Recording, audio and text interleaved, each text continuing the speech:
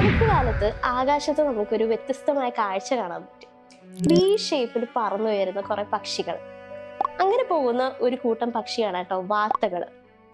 ഈ വാത്തകളുടെ കഥ ഭയങ്കര ഇൻട്രസ്റ്റിംഗ് ആണ്. ഈ വാത്തകൾക്ക് ശരീരഭാരം വളരെ കൂടുതലാണ്. അതുകൊണ്ട് വി ഷേപ്പിൽ പോകുമ്പോൾ ഏറ്റവും മുമ്പിലത്തെ വാത്തയ്ക്കായിരിക്കും ഏറ്റവും കൂടുതൽ സ്ട്രെങ്ത് വേണ്ടത്. കാറ്റിന്റെ ആ ഒരു ശക്തി അതിജീവിക്കാനൊക്കെ മുമ്പിലത്തെ വാത്തയാണ് ഏറ്റവും കൂടുതൽ കഷ്ടപ്പെട്ട് പറക്കുന്നത്. പക്ഷേ എപ്പോഴും അങ്ങനെയല്ല കേട്ടോ.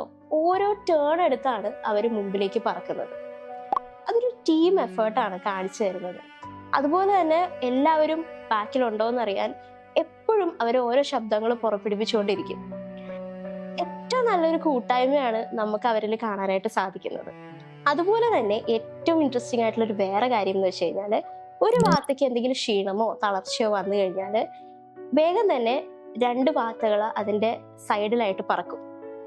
ഏറ്റവും ക്ഷീണിച്ച് പറക്കാൻ പറ്റാത്തൊരു സാഹചര്യം ഉണ്ടെങ്കിൽ ഈ വാത്ത പതുക്കെ താഴേക്ക് ഇറങ്ങും. പക്ഷെ അത് ഒറ്റയ്ക്കല്ല കേട്ടോ, ഈ രണ്ട് വാത്തകളും അതിന്റെ കൂടെ തന്നെ ഇറങ്ങും.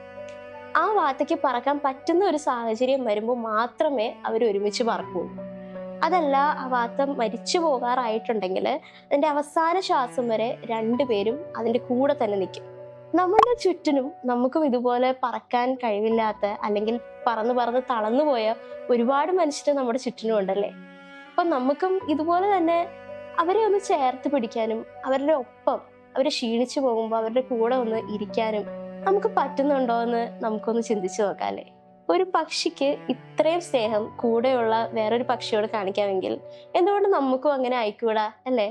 സോ നമ്മുടെ ചുറ്റും തളർന്നു കഴിയുന്ന ആൾക്കാരെ കണ്ടെത്തി അവരുടെ കൂടെ ഒന്നിരുന്ന് സമാധാനപ്പെടുത്തി അവർ പറക്കുമ്പോൾ നമുക്കും അവരുടെ കൂടെ ഒരുമിച്ച് പറക്കാന്നേ.